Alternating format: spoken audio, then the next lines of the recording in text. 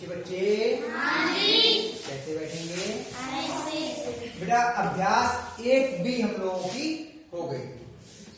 आज शुरू करेंगे हम अभ्यास 1C। लक्ष्मी बेटा अब इधर दो, ध्यान दो। अभ्यास 1C करेंगे और पहला सवाल है इसका, निम्नांकित दो परिमेय संख्याओं में कौन सी बड़ी है? हमें बड़ी और छोटी बतानी है कि कौन सी बड़ी है।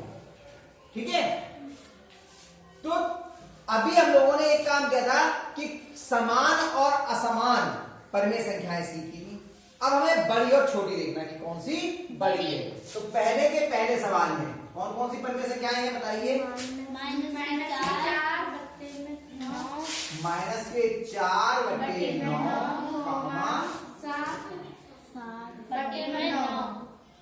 इन दोनों में चेक करना है।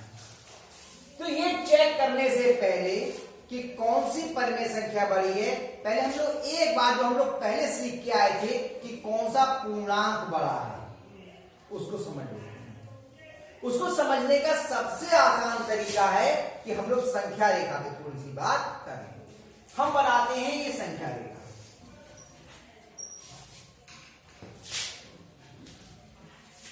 शून्य,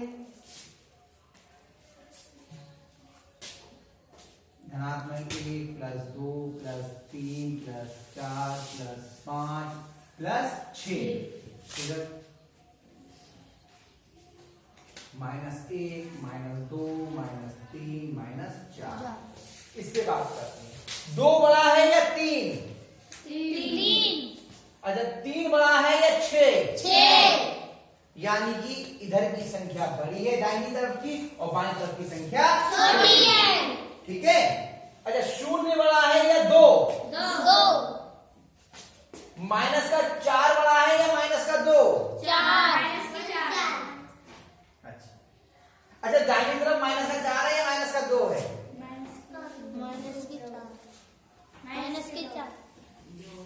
दाहिनी तरफ तो इधर हुआ ना, -2।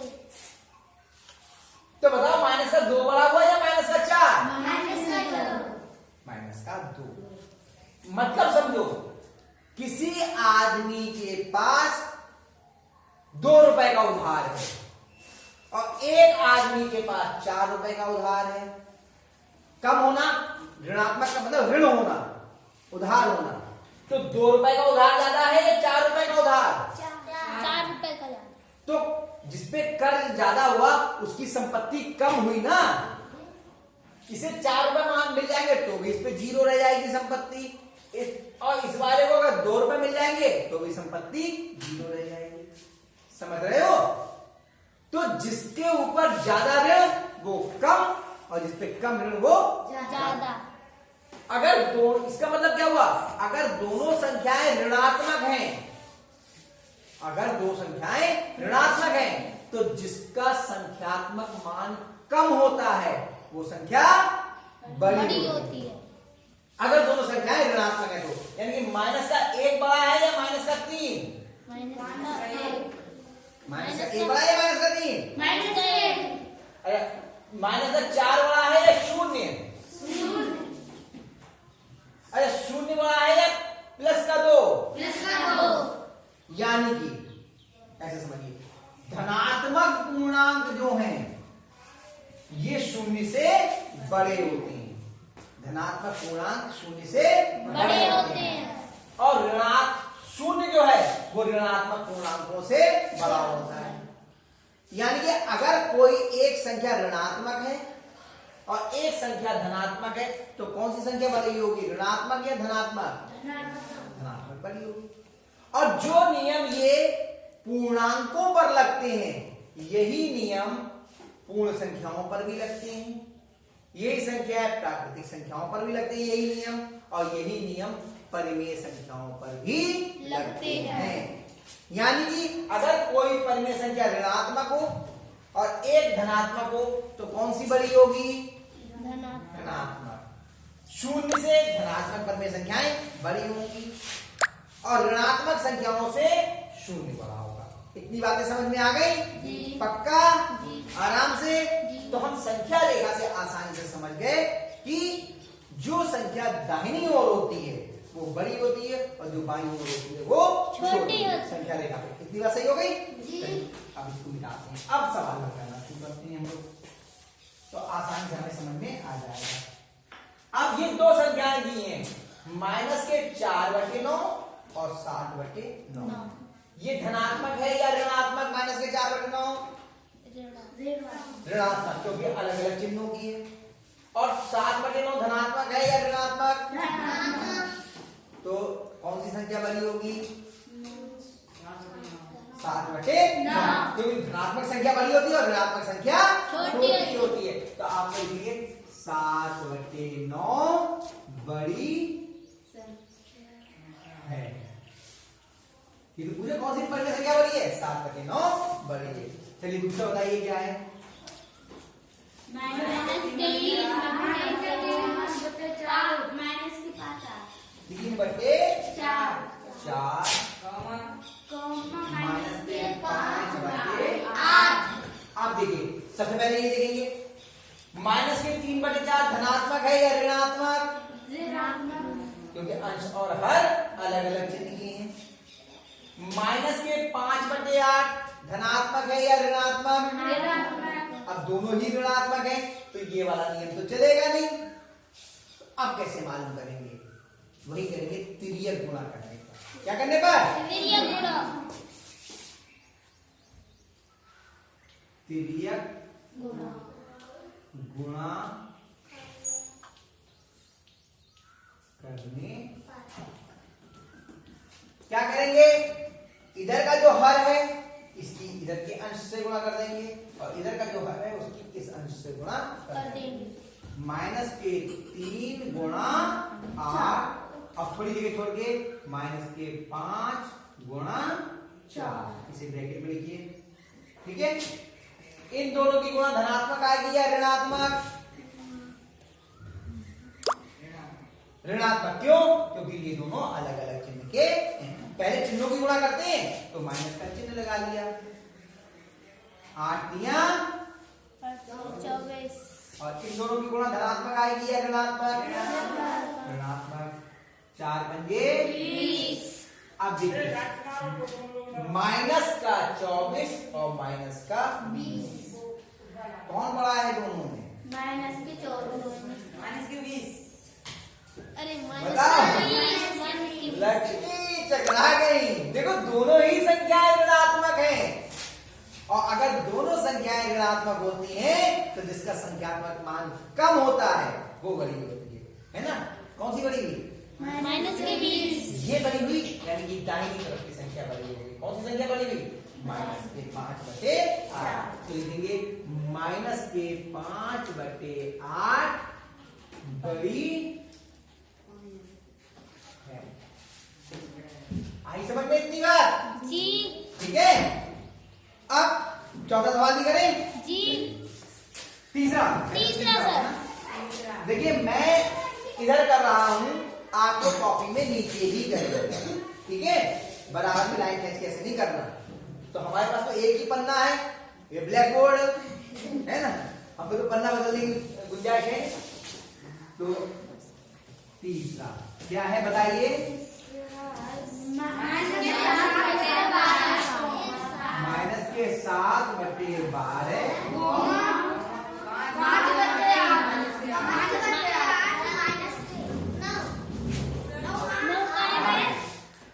8 है। खुशबू देख लो।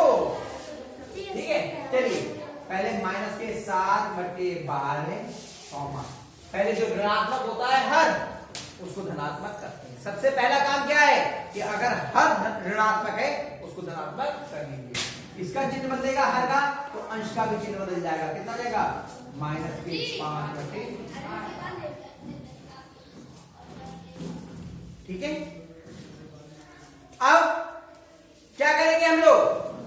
तिर्यक गुणा, क्योंकि दोनों ही ऋणात्मक है, दोनों ही ऋणात्मक। लिखेंगे तिर्यक गुणा करने पर, तिर्यक गुणा करने पर कितना जाएगा? -7 गुणा 8 और माइनस के 5 गुणा 12। इन दोनों की गुणा धनात्मक आएगी या ऋणात्मक? ऋणात्मक। कितना आएगा? 8 सत्ते। इन दोनों की गुणा धनात्मक आएगी या ऋणात्मक? 12 बचे। ये हुआ माइनस का 56 और ये हुआ माइनस का 60। कौन सा बड़ा है? माइनस की 56 बड़ा है, क्योंकि ये दिखने में संख्यात्मक माइनस का कम है, दोनों ही ऋणात्मक है। कौन सा बड़ा हुआ? के 56। यानी कि इन दोनों में से कौन सा बड़ा हो गया? माइनस के 7/12। माइनस के 7/12 बड़ी है। सही हुई हो? आइयो समझ में? पक्का? चौथा भी कर ले या अपने आप करोगे? कर लोगे, लेकिन मैं फिर भी करवा दे रहा हूँ। आप घर से चारों सवाल अपने आप कर लेना। मैं चौथा भी करवा देता हूँ। माइनस के 5/9। माइनस के 5/9। माइनस के 3/13। माइनस के 13 नहीं, माइनस के 13। माइनस के 13। बहुत सही बात कही। देखो इनने, ये 13 नहीं है, कितना है? माइनस के 13। चिन्ह के साथ बोलते हैं, नहीं तो मतलब ही बदल जाएगा। किसी पे 13 रुपए होने का मतलब +13 है, और किसी पे 13 रुपए उधार है तो -13 है। ये तो बात थी, बात हुई थी हम लोगों की। चलिए पहले हर का चिन्ह बदलेंगे, इसका चिन्ह। तो माइनस के 5/9 कॉमा, जब हर का चिन्ह बदलेंगे तो अंश का भी चिन्ह बदल जाएगा। ये माइनस से प्लस हो गया 3/13। अब ये देखो, ये कैसी है? ऋणात्मक। ये कैसी है? धनात्मक। कौन सी बड़ी हुई? धनात्मक वाली। तो सीधे इसमें तो हल करने की आवश्यकता नहीं है।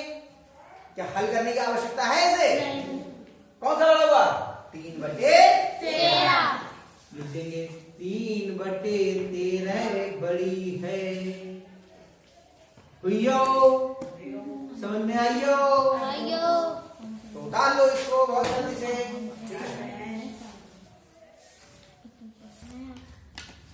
अब पहला सवाल हो गया। पहले सवाल में हम लोगों ने देखा कि कौन सी संख्या बड़ी है। अब दूसरे सवाल में हमें ये देखना है कि कौन सी संख्या छोटी है। तरीका वही होगा, जैसे हम बड़े को पहचानते हैं वैसे ही हम छोटे को पहचान लेंगे। पहला प्रश्न ये है, माइनस के 4/9 और 5/-9। सबसे पहले क्या करेंगे कि माइनस का अगर हर है उसे धनात्मक बनाएंगे। माइनस का 4/9 माइनस का 5/9। अब यहीं पर एक और नियम बता देता हूं। दोनों ही संख्याएं ऋणात्मक हैं, इतनी बात तो तय हो गई। अब कौन सी बड़ी है कौन सी छोटी, उसका तरीका क्या था? फिर ये गुणा कर लेती थी। आसान तरीका, बिना हल किए। अगर दोनों के हर बराबर हैं, अगर दोनों के हर बराबर है, तो जिसका अंश बड़ा वो बड़ी और जिसका अंश छोटा वो छोटी। अगर दोनों ही संख्याओं की या कितनी भी संख्याएं हैं उनके हर बराबर हैं, हर आपस में बराबर है, तो जिसका अंश बड़ा होगा वो बड़ी होगी और जिसका अंश छोटा होगा वो छोटी। इसका अंश कितना है? माइनस के 4 और इसका अंश कितना है? माइनस के 5। किसका अंश छोटा है? माइनस के 4 माइनस के 4 छोटे हैं और माइनस के 5 बड़े हैं। माइनस के माइनस के हाँ सही बोल रहे हो। छोटे। माइनस का 5 छोटा है। जब दोनों ही ऋणात्मक होती हैं तो जिसका संख्यात्मक मान बड़ा होता है वो छोटी होती है। ये तो बात है। तो छोटा कौन हुआ? माइनस का 5। तो जिसका अंश छोटा वो संख्या छोटी। तो कौन सी छोटी हो गई? 5/-9। 5/-9 छोटी। ये तो अभी हम लोग सीख के आए थे कि अगर दोनों ही संख्याएं ऋणात्मक हैं तो जिसका संख्यात्मक मान बड़ा होगा वो छोटी होगी और जिसका संख्यात्मक मान कम होगा वो बड़ी होगी। ठीक तो था। चलिए खा कौन सा है? था 6/11 माइनस के 7/-11। फिर करेंगे इसका ऋणात्मक है हर को धनात्मक कर दीजिए। 6/11 कौमा इसका हर का चिन्ह बदलेगा तो अंश का भी चिन्ह बदल जाएगा। 7/11 देखिए दोनों ही धनात्मक है और दोनों के हर समान है। दोनों के हर समान अब है। बताओ 6 छोटा है या 7? 7। अच्छा ये ऋणात्मक है क्या? नहीं। अच्छी खासी गिनती भूल गए। अच्छी खासी गिनती भी भूल गए। अरे ये तो सीधे सीधा सा है, दोनों धनात्मक है। तो 6 छोटा होगा या 7? 6। तो कौन सी छोटी हुई इसमें से? 6। तो अब दोनों में कौन सी छोटी? 6/11 6/11 छोटी है।